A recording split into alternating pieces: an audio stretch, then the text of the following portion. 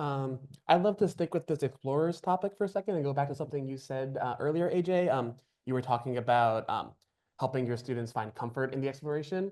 And I'd love to kind of explore that sort of paradox between leading into students' comfort and also pushing their boundaries as they explore. So how do you kind of navigate that paradox of helping them feel comfortable, but also expanding their comfort zones as they explore new avenues? Yeah, absolutely. I think it has a lot to do, at least in my own experience, with recognizing the strengths of each student or each client, or whatever term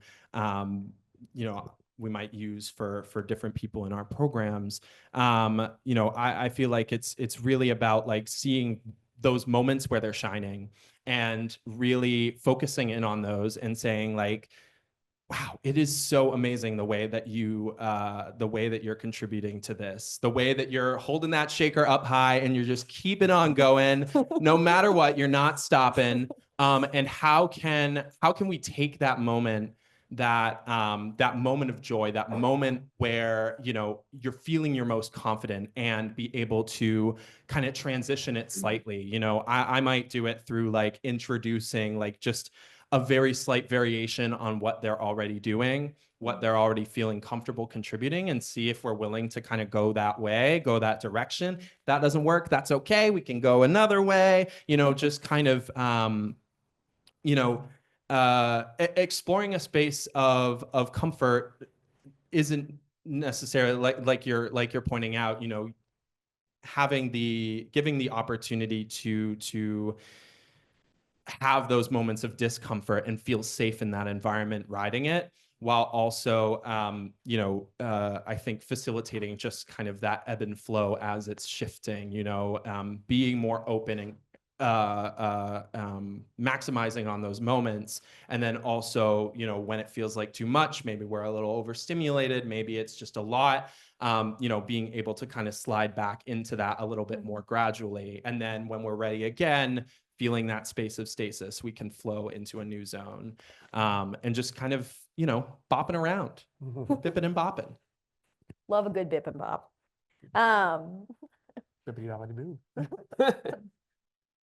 Oh, Jared, you're the best.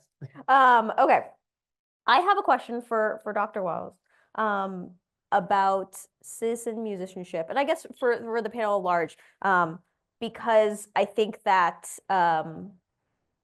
we're talking a lot about Boston, and we're talking a lot about the arts community, and all of us have this moment of thinking about our young musician self. How can we, as an arts community in so many different places, support musicians, young musicians especially, where they are and where they want to go? I would love to, let's start with you, because I know that you have thought really intentionally about what it means in terms of representation, but also what it means in terms of growth and that evolution of musicianship. I wonder if you could speak to that a little bit. Yeah, I think what I would tell to young people is like a couple of things, or maybe it's like one long thing, but it's like, it's okay to have other interests, and those other interests can and will inform you as an artist. So for instance, I really like basketball, and I know in this town that's good, like a good thing to say. You were saying it like you were ashamed.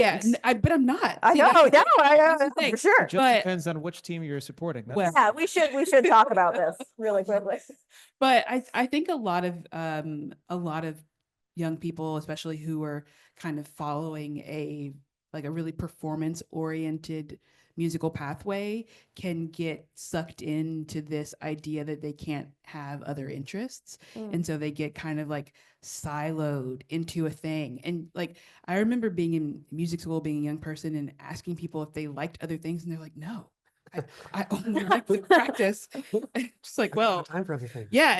And What of other things? yeah, and there are definitely times where I wished I had let myself experience other things, because I think that would have helped informed how I see music now, and how I can continue to use my platform and my privilege for advocacy efforts across all different kinds of things.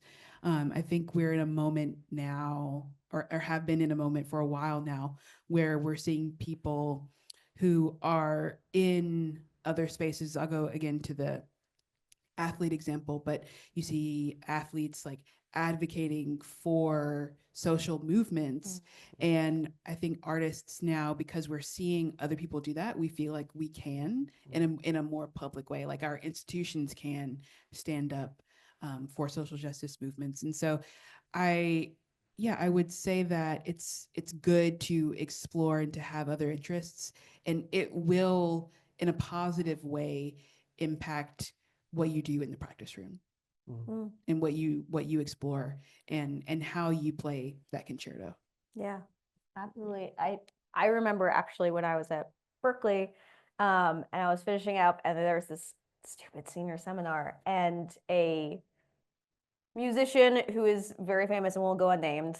It was a guy, of course, it was a guy. And I was in music therapy, and everyone was going around, and he was like, "What's your dream? What is your dream?" And it was a lot of people being like, "I'm going to be the next John Williams," which was incredible. I'm going to be the next, I'm going to win a Grammy next year, which was incredible. And I remember saying how my dream was to be a music therapist. And he was like, "Why would you waste your talent?" Like, really, truly, he very seriously, he was like, "What a devastating loss." He was like, "You did all of this work to get here, and all you're going to do is help other people." But like, that's really how a lot of musicians think about it, of just like, well, why would you help other people with that? Like, what is wrong with you? So I was wondering if you could kind of speak to that mentality and how we can even like almost shift it. Because that is such a thing, especially for performing musicians, like you said, of like, it is okay to have other interests. But how can we support making young musicians more holistically like able to represent authentically themselves and their future? Oh, sorry. It's a big question for you. Yeah, that's. Can you solve this crisis? Yeah, I was like, I don't think I have the answer, but I'm definitely working on it. I mean, I could not agree with you more. I think I get a lot of questions of like, "Oh, so, do you still play cello?" And I'm like, "Well, like not as much these days." And everyone looks so sad, like, "Oh, that's so terrible. Like, that's so awful." I was like, "No, I mean, I'm spending my time in energy giving opportunities to other people to do that and even more, right? And for me, that brings me 10, 20, 30x the joy that I had playing on a stage, even if it was like in my peak performance experiences, seeing a student like absolutely kill it after like struggling with something.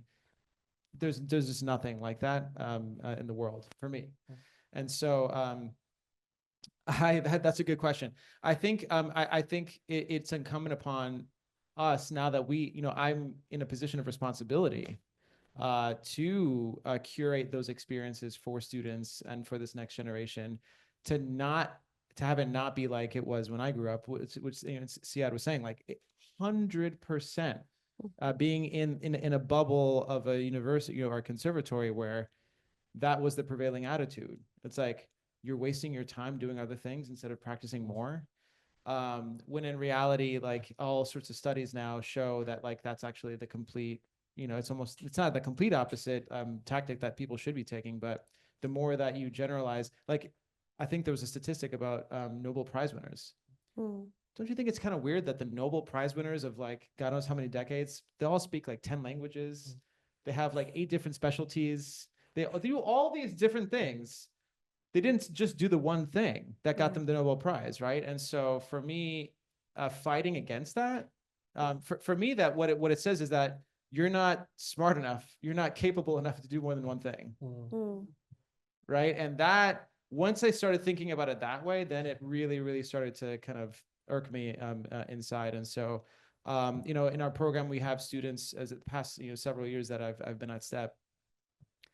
Some of our top performers don't actually go into music school. They actually go to Ivy League universities or other types of high-end colleges, NYU, Notre Dame, Harvard, Columbia, and they were the best musicians of their class, right? And so I think for us, not pigeonholing students into having to do the thing if they sign up to do the thing, but just being very, very clear.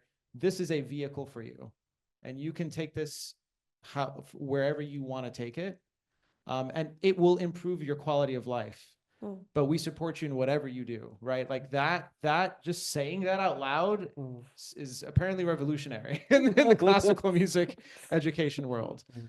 So that's, that's what we try to do at ProjectSTEP. And again, being in positions of responsibility for young people, I think, that's incumbent upon us to create those environments. Yeah.